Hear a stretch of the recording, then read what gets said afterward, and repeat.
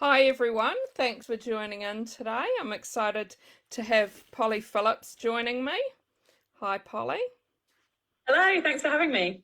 So we're having Polly back again. Some of you might remember that she's been our author for the day before, so good to have you back again. It's lovely to be here. So a little bit about Polly. She was born in London and has worked as a journalist in the UK, Denmark, Australia, and Dubai. She moved to Perth in 2020 and hasn't left since. She lives with her husband, daughter, and extremely disobedient Basset hound. And the reunion is her story that's coming out soon. It's a story about getting revenge on those who's hurt us in the past, and it's Polly's second novel, and it's drawn from her experiences at Cambridge University. Her first novel, which I've got a copy of here, if it's going to show properly, My Best Friend's Murder. I have one too. And you've got a different cover I can see than what I've got. It won the Montegrappa novel competition in 2019 and was published last year. And Polly's currently working on a book about mean mums and finding that she has lots of material. So that sounds all very interesting. Just wondering, do you want to start off by maybe telling us a bit about My Best Friend's Murder that you had out last year? Sure, yeah, that sounds great. So, yes, I have my copy here. Don't leave home without it. It is the story of two women, Izzy and Beck, who have one of those friendships I think maybe a lot of people are familiar with. They've been friends since they were sort of in their early teens, and their friendship's a bit of an unequal one. Izzy is very dominant. She's super successful, beautiful, handsome husband, great job, gorgeous daughter. And Beck has always felt a little bit like the also ran, but she has always had this strong friendship. But the book joins them when one of the women is lying at the bottom of the stairs. That is Izzy. She is bleeding out from what looks like a head wound, and the book sort of really follows the story of their friendship and how they ended up at that point. And the reader has to work out whether Beck is the one that pushed Izzy. If she did, why? And if she didn't, then who did? And could you tell us a bit about what the first idea was you had for this book? So I generally tend to think about relationships between people are what really fascinate me. I'm terribly nosy. I'm always kind of eavesdropping on other tables in restaurants and bars and that sort of stuff, and at the school gates. So for me, it was the idea of these friendships where on the surface, it looks like these women are kind of kindred spirits with so much in common and a kind of deep love. And while that might be the case, there's actually kind of all of the rivalry underneath. And I think you do see that in quite a few old friendships. I know that a couple of people have come up to me, actually probably more than a couple people come up to me and said, oh, I had a friendship just like that. I'm Izzy. Well, actually, no one says they're Izzy. I'm Beck. And actually, I had a friendship like that, which I've talked about a little bit before, maybe even on Author for the Day. And that friendship, I suppose, and the kind of toxicity underneath it is what inspired the book. And the reunion, when's that out? So that's out on June the 1st in paperback, which is really exciting, and actually is not that far away because this year is just moving by. But it's also out online, I think, at the end of this month. So Kindles and ebooks. And can you tell us something about that as well? Yes, the reunion, I have to admit, I know you shouldn't have a favourite child, but the reunion is currently my favourite child, except for the dog. And the reunion is, I tend to clearly cannibalise my own life and take inspiration from places I've been and things I've done. So the reunion is drawn on my time that I spent at Cambridge University, and it's the story of a woman who as the title implies, the reunion, she receives an invitation to go back to a college reunion 15 years after she left. And she goes back determined to get revenge. While she was at university, something happened to her, which meant that she didn't have the life that she thought she wanted. And she decides to go back and get revenge on the people that she holds responsible. No, that sounds intriguing. So we've got a few people watching. Just reminding the people watching, if you have any questions for Polly, please type them in comments and I can read them out. Kelly wonders if it was harder to write your first or second novel. Great question. I think it was probably harder to write my second novel. A lot of people, and I was actually talking with another author online the other day about this thing called second novel syndrome, which is you sort of write the first one in isolation and you're kind of really writing it for yourself, and you've got all the time in the world to polish it and really labor over it. And then all of a sudden you're in this amazing privileged position where you've got the contract, the book's coming out, you've now got to write the second one, and all of this pressure descends on you, and you sort of suddenly maybe have a time frame that you didn't have before. And I also did write the reunion in, we were very lucky in Perth that our lockdown is sort of laughable in comparison to what other people experienced around the world with the COVID pandemic. But it was still quite a unique and stressful time. And there were definitely times when I wanted to escape from my family, and they were all under one roof all day and all night. And writing a book in those circumstances is a little bit more challenging than when you have an office to yourself. And Kelly mentioned she absolutely loved My Best Friend's Murder. Well, thank you. And Tamazin, she says, how did winning the Writers' Award in Dubai impact your writing career?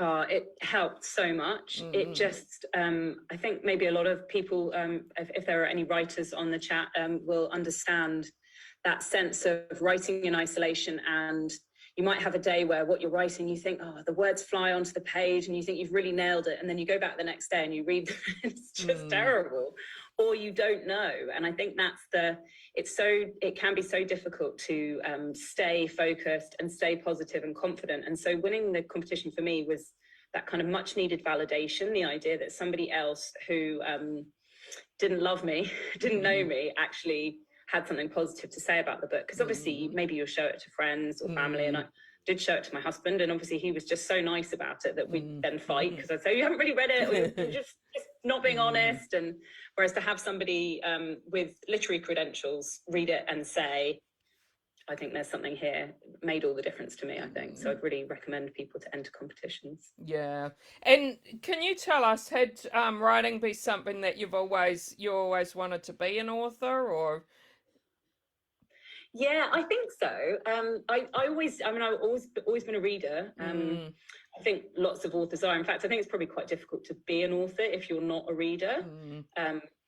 So I'd always loved books. But I think when I was growing up, I didn't really realise that an author was a thing that you could necessarily be. I mean, I sort of was reading, I'm probably showing my age here, but I was reading things like The Famous Five and Agatha Christie and all those sort of things. And these were just, or Roald Dahl, people who were much, much older, often dead. I had no idea how you actually got to be an author, but I did know that I wanted to be one. So that's why I kind of went down the journalism path and just always nourished this dream, but didn't really know what to do with it.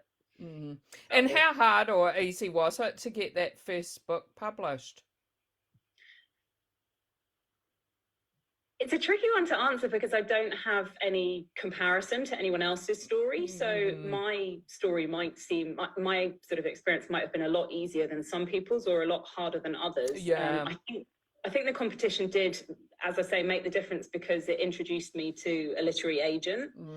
And I think that can be the hardest step, because I feel once you've got an agent in your corner, you've got somebody who's reading your stuff and knows the market, knows what's out there, knows what's selling, and also knows in the publishing houses who your stories are going to appeal to. So once I'd won the competition, I sort of had this amazing role where it's sort of, yay, I've got an agent, work. Yay, I've got a publishing contract. And it was sort of, that bit seemed not quite effortless, but really smooth. But the sort of 2-3 years before that, when I was slogging away on My Best Friend's Murder, and before that, another book that is sort of still metaphorically in a drawer somewhere, those were the days where I thought I was never going to make it. And so those days felt really hard. So you mentioned you did do another book before. Had you tried to promote that one, or like tried to get that one published? And I sent it out to a few. I sent it out to a few agents. Yeah. And I did the sort of little. In fact, I entered loads of competitions with it, and it just never won anything. Yeah.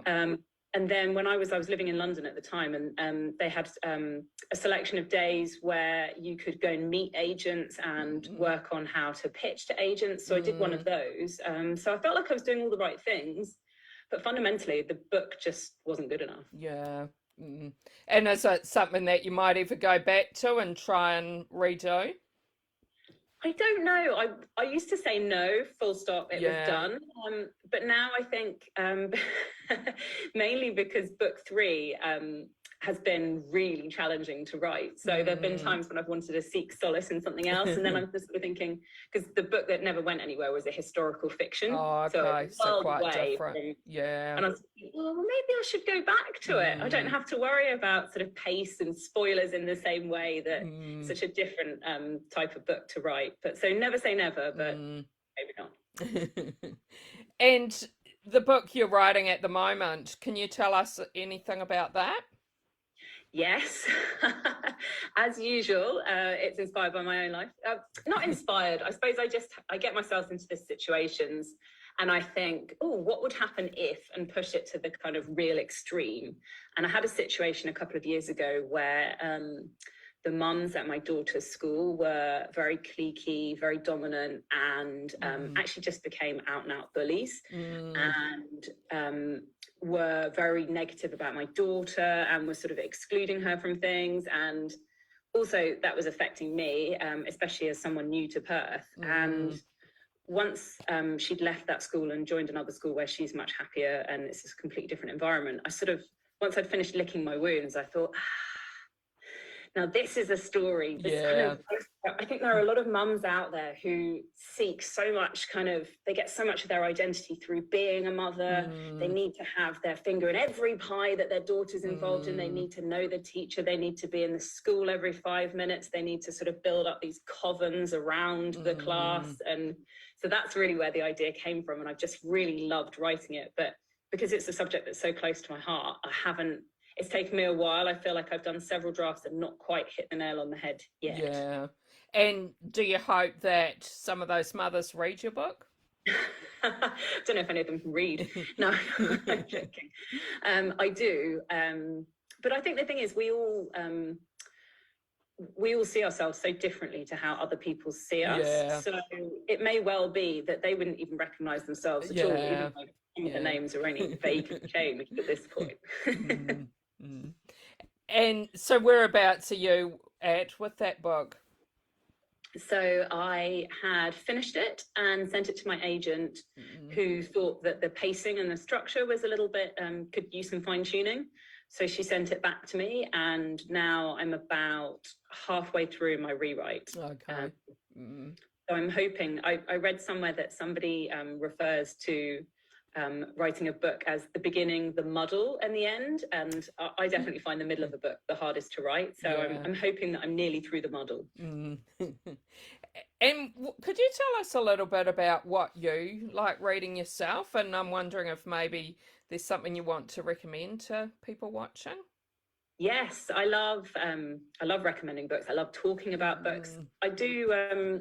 Obviously, I read a lot of thrillers. I think you've got to read what the sort of genre that you're writing in to know who's writing what, and obviously to kind of pick up tips of the trade. Yeah. And they also say, I think you've got to write what you like, so it would sort of make sense. So there's a thriller author who I love called Geetha Lodge. She has a detective series around one detective, Jonas Sheens. So I read a lot of hers, and I just had a proof of hers recently, which was fantastic. I think, and we've had her in Global Girls Online Book Club as well. Yeah, I love her. And actually, I just finished a new, or a bit like me, English, but living in Oz, a book that's been everywhere, Trivia Night by Ali Lowe. I've got that to read. I really enjoyed it. It's a really, it's a nice, quick, pacey, few sort of little twists and turns you don't see coming. I enjoyed that. And I've been reading a bit of non-fiction as well. And yeah, what else have I been reading? I just finished reading a really interesting book called The Christie Affair. Okay. Which, I've heard that one as well, but I haven't read it yet. I think it's a a book club, maybe Reese Witherspoon or Oprah or some amazing book club that, you know, you'd love to have endorse you, much like Global Girls Online. They have picked it up, but that's the story of Agatha Christie apparently went missing for 10 days during sort of her fame, and it's imagining what happened. So I really enjoyed that. No, thanks for those recommendations. We always love adding more books to our list of what to read. Kathy wonders, what's your approach when starting a new novel? I love the blank page. I like that question. What's my approach? I love the blank page. I like to nail the prologue. I know prologues can be quite divisive, and some people think that they are sort of cheating and not worth having. I really like, even if I'm not going to include one, I feel like writing one, that kind of experience of crafting that kind of perfect scene setting first couple of pages anchors me to a book and lets me know where I want to go with it. So I'll have the idea, maybe think about the prologue and what the opening scene would be, and then I will try and plot it out, but I generally don't stick to that plot. It changes a lot as I go. And how much research do you find you do for your books? A bit. What I tend to do, because I prefer to get started on the book, I guess I'm impatient. So I'm probably more likely to write the book and then go back and fact check. So I'm really lucky that one of my husband's close friends is a policeman in the UK, and his wife is a police officer also. So for some of the police-related scenes in My Best Friend's Murder, and there's a couple in the reunion, I just ran things by them. And actually my first draft for My Best Friend's Murder of the police scene, I sent it to them and said, oh, would you mind reading it and just sort of let me know how I'm and I could tell they're such nice people that they sent a very nice reply, but I could tell that it was way off. So they just gave me lots of really good little details about the sort of warrant books and little nuggets about being a police officer that I then tried to incorporate. And I could tell, I suppose, how wrong my first scene was when I sent the redraft to them. They said, yes, that's it, that's much better. So that's my kind of research. Yeah. And when you start writing, do you always know the ending when you start? I know, like with My Best Friend's Murder, it sort of started at the end, but we didn't know, like you said, who'd done it. And did you know when you started? I did, but it changed several times. And I think, I suppose in some ways, that's a really good question in relation to the book 3 that I'm working on at the moment, because that's the first book that I've written where I knew the ending was almost the kind of, once I got the opening scene, which is a child falling from a balcony, or falling from a balcony, not giving too much away, the next thing I thought of was the end. And I was so anchored around that ending that it sort of was trying to work backwards. And I think maybe why I found the book so challenging to write, because I was sort of driving towards this point. Whereas with the reunion and My Best Friend's Murder, I had an idea of the ending, but it was quite fluid and did change a few times. And what do you find has been the most difficult part of your writing process so far? I think keeping perspective, maybe. I mean, one thing on a sort of much lighter note is how long everything takes, which is so eye-opening. I had no idea until I became involved and was lucky enough to get this publishing contract, because I finished My Best Friend's Murder at the end of 2019, and it obviously wasn't published until the beginning of 2021. The reunion has been done for, I don't know, the best part of a year, and it's this sort of, you don't realize until you're in the process just how long it takes to fine-tune covers and promotions and all that sort of stuff. So that's maybe the sort of light-hearted, sort of more people-pleasing answer. But I guess the kind of, to be really honest and candid, I think it's keeping perspective and keeping faith, because, as I said, it can be quite lonely. And it's a long time to spend on something before you get any feedback for it. So you've got to really kind of keep committed, keep driving, and keep hoping, I suppose. And do you have a favourite place you like to write? Anywhere that has a ready supply of sugar. Yeah. I was going to ask you what your favourite writing snack was. I was laughing with an author the other day that I think I can sort of tell where I am in the writing process by getting on the scales. The more frustrated I am, the more biscuits I eat. But I work in my study mainly, and I've got the annoying basset hound. That actually there's a basset hound in My Best Friend's Murder that I wrote before I got my beloved. Really?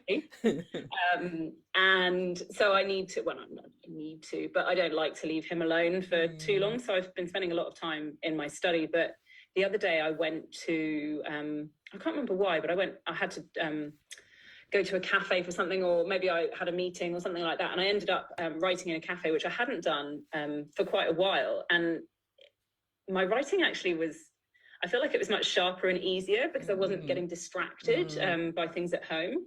So it's reminded me that I need to be going to more cafes and drinking more chocolates that I haven't made. And Tamazin wonders if you have any influence on your covers. And I know you shared the cover you had, which is quite different from the cover I have. Are they different countries' covers? Yes.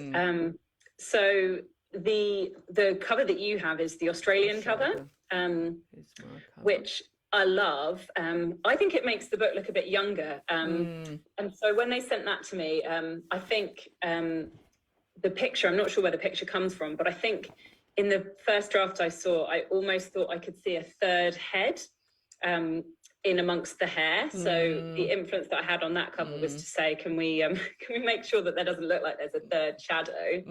And then the English cover is a bit sort of darker and sort of, I guess, more dangerous and nasty looking, sort of mean streets of London. Yeah.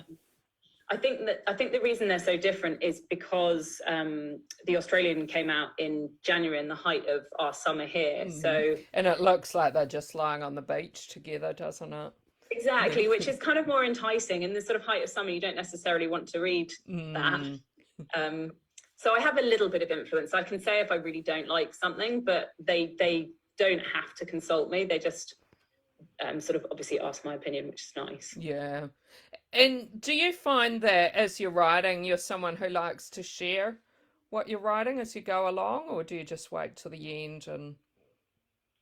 And writing the first 3 chapters is always my absolute favorite part of the process, because you've still got so much potential. You've got this kind of hot, amazing, exciting idea that you're just desperate to get down on the pages, and you don't have to get into the weeds of development and sort of making sure that the story has legs. So I quite often like sharing the first 3 chapters and rereading them to give myself confidence. But no, other than that, I think I probably wait till the end. I'm really lucky that in Perth I have a writers group. There's 4 of us. Natasha Lester, the historical fiction writer, Louise Allen, who's written a couple of amazing books in that genre as well, and then Holly Craig, who is her book's going to be coming out with Amazon. I think it's next year, and she's a thriller writer like me. And so I bounced ideas off them, which has been absolutely fantastic. But no, I think sometimes they say, what do they say? Too many cooks spoil the broth or something like that. I think you kind of need to get to the end before you ask for feedback. Too many people telling you too much feedback. Yeah. And what about reviews? Are you someone who reads all your reviews? Yes, I am. Terrible. I know another author who I share an agent with who doesn't read any of her reviews, even if she were to get the best review. She's actually a practicing clinical psychologist, so there's probably something in that. Because she says that we automatically seek out the bad sentences or the bad reviews, and that they for some reason they impact us. I think it's something to do with evolution and sensing threat and danger and sort of running from tigers, but sort of translated into Amazon 1-star reviews. So I do read them, but I probably shouldn't. Well, thanks so much for joining us. It's been great chatting to you, and thanks to the people who asked some questions. Thank you so much. Do you want to let people know how they can keep in touch with you? Yes, I would love that. So on Instagram, I'm Perfect Polly, which seemed like a good idea at the time. It's a play on the fact that I live in Perth. I'm clearly far from perfect. And I have a Facebook page as well, Polly Phillips Author, and I have my own website as well, which is pollyphillips.com. So yeah, please get in touch. I would love to hear what you think. Yeah, thanks so much, and hope to hear from you again when your new book's out. I would love to come back. Thank you so much for having me, Jackie. Thanks. Bye, everybody. Bye.